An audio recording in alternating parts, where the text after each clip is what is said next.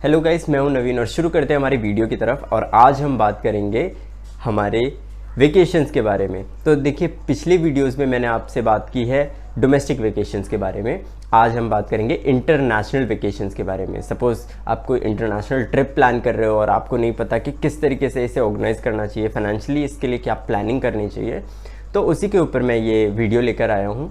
इसमें एक flexible rule होगा, रिजिड नहीं है, आप इसमें थोड़ी चेंजेस कर सकते हैं, बट आपको इससे पता चल जाएगा कि आप कितनी दूर जा रहे हैं या फिर क्या आप बहुत बड़ा डिसीजन तो नहीं लेने जा रहे हैं जिसकी वजह से बहुत ज़्यादा ड्रास्टिक इम्पैक्ट पड़ जाएगा आपके फाइनेंशियल हेल्थ पे। सो रूल है वो है 651।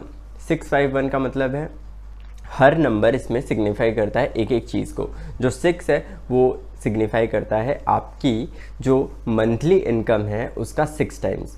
ठीक है, मंथली इनकम सपोज़ आपका 1 लाख रुपीज़ है, तो आप जो भी ट्रिप लेने वाले हैं, इंटरनेशनल वेकेशन लेने वाले हैं, वो 6 लाख रुपीज़ से ऊपर नहीं होनी चाहिए। यानी आपके मंथली इनकम का 6 टाइम से ऊपर नहीं होना चाहिए। ठीक है, अगर आप 1 करोड़ रुपए महीने का कमाते हैं तो 6 करोड़ से ऊपर नहीं होना चाहिए, और अगर आप 10,000 कमाते हो तो 60,000 से ऊपर नहीं होना चाहिए।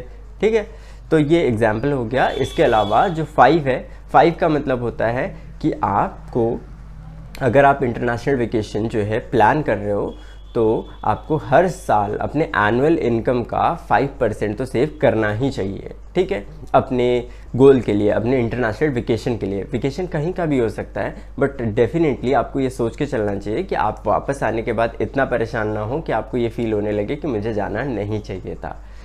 इंस्टेड ऑफ रिमेंबरिंग द वो पल या वो चीज़ें जो कि आपने किए थे वहाँ पर और आप बहुत खुश हुए थे, आप ये चीज़ ना याद करें कि यार मुझे जाना नहीं चाहिए था। ये चीज़ नहीं होनी चाहिए, है ना। तो इसलिए हमें दायरे के अंदर, एक लिमिट के अंदर रह कर के काम करना है। ठीक है, इसके अलावा जो 1 है, 1 का मतलब ये है कि आप ऐसी वेकेशन, इंटरनेशनल ट्रिप पूरे साल में सिर्फ एक बार ले सकते हैं, मैक्सिमम एक बार। मतलब अगर आप 2 बार लोगे तो आप बहुत ज़्यादा फाइनेंशियल स्ट्रेस में आ सकते हो, जिसको प्रॉब्लम्स बहुत ज़्यादा फेस आपको करनी पड़ सकती है। क्योंकि अगर आपकी 6 मंथ्स की इनकम आप एक ट्रिप पे लगा रहे हो और ऐसी 2 ट्रिप्स कर ले रहे हो, तो इसका मतलब आपने अपने 1 साल का इनकम उसके ऊपर इन्वेस्ट कर दिया है या स्पेंड कर दिया है।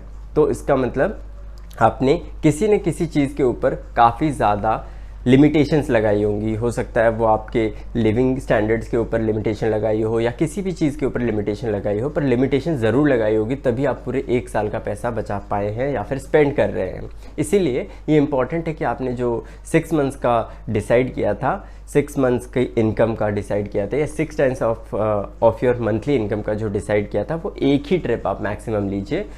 नहीं तो आप अगले साल जाइए जिसमें आप थोड़े पैसे और इकट्ठे करके जा सकते हैं, है ना। तो इस तरीके से आपको प्लान करना चाहिए।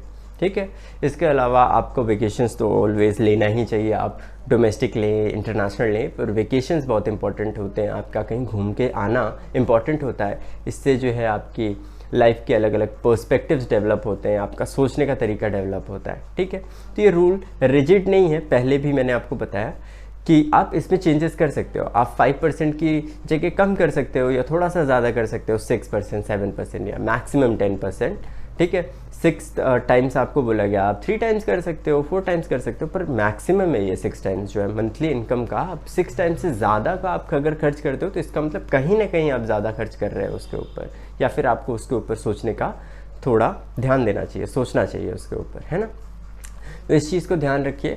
अगर इससे रिलेटेड आपको लगता है कि मुझे कुछ और भी बात करनी चाहिए या कुछ और भी इसमें ऐड करना चाहिए, तो डेफिनेटली आप मुझे बता सकते हैं। ठीक है, इसके अलावा अगर डोमेस्टिक ट्रिप का आप प्लान कर रहे हो तो मैंने एक वीडियो बनाई हुई है इसके ऊपर, आप ज़रूर उसे देख सकते हो। और अगर कोई भी क्वेश्चन होता है डेफिनेटली आप मुझसे पूछ सकते हैं। Thank you so much.